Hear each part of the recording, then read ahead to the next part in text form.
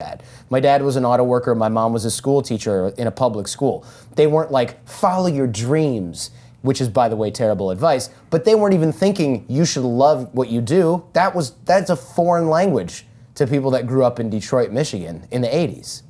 Why is follow your dreams terrible advice? It's terrible advice because here's the thing.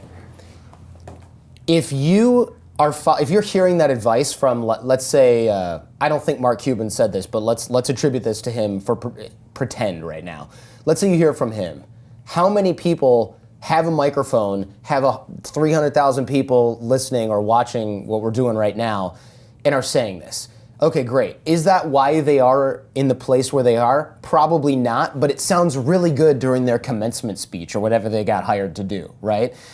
But what's not going to sound good is, well, what you need to do is have a really great product idea, really lean into it. You know, you're gonna have to finagle some relationships to get funding for this. You're gonna have to sleep on the floor of your clothing shop and da-da-da. That's a really long, kind of boring thing that none of these kids who are waiting to throw their hat up in the air want to hear. The problem is it's selection bias in a lot, or survivor bias, actually, even better. Yeah. The people that follow their dreams straight into their mom's basement, they don't have a microphone, a YouTube channel, any kind of Twitter following, Instagram following that they can point to that says, hey, maybe you shouldn't do this, right? They failed at that. They are struggling through that, and then they're blaming themselves. Why didn't this work for me? I followed my passion. I don't understand what's going on. Oh, never give up. No, you should give up at a certain point. If you are not doing well and it is failing, maybe your idea sucks. Maybe your execution stinks. Maybe you don't have either the work ethic, the talent, the team around you to execute on this. Maybe you should give up and pivot or do something else. Maybe you shouldn't follow your dreams. Maybe your dream is a better hobby than a career. That advice is not PC, so it doesn't sound great. If you post that in a meme on Instagram, it's not going to get a lot of love. Give up. It's probably a shitty idea. That's not going to get you a ton of likes. Not many people are going to retweet that, right? It's not going to get you a great following. It's going to be more like a curmudgeonly thing that one of the meme accounts is going to post. But in the end of the day, sometimes you have people that say, hey, should I pursue this idea?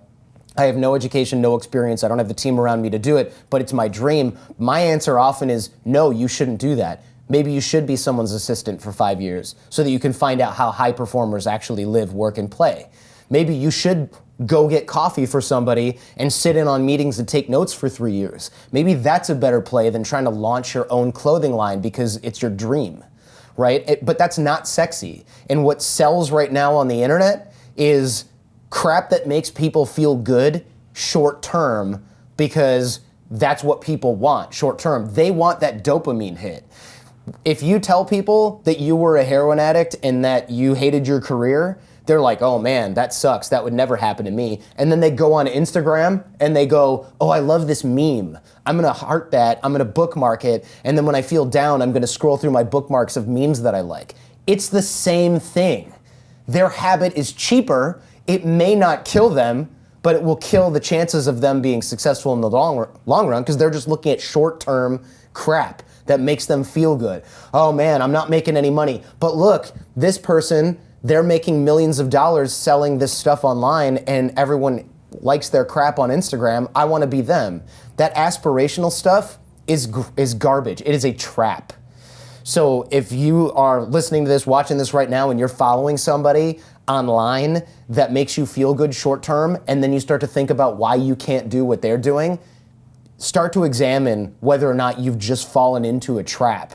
Because I think a lot of us, and this happens to the best of us, I still have days where I go, man, this person is effortlessly succeeding. Wait a minute, I gotta stop myself and call a friend and say, do you know this person? And there's no better antidote to that than a show like London Real or shows that we create to find out what really goes on in that person's life. And you'll find the person who's sitting on a beach enjoying their life and has made $1 million selling hair extensions has had some shit happen that has been terrible and that they have a 10-year path to where they got now that isn't sexy enough to talk about. But follow your dreams sounds really good in the moment. You can't focus on that tip of the spear, that sort of bit that they're showcasing on social media. You have to get the whole story or you're just gonna hate yourself. You're gonna think you're doing things wrong when really maybe you're doing everything right. But that's the long answer to why follow your dreams is bad advice, because it's not advice.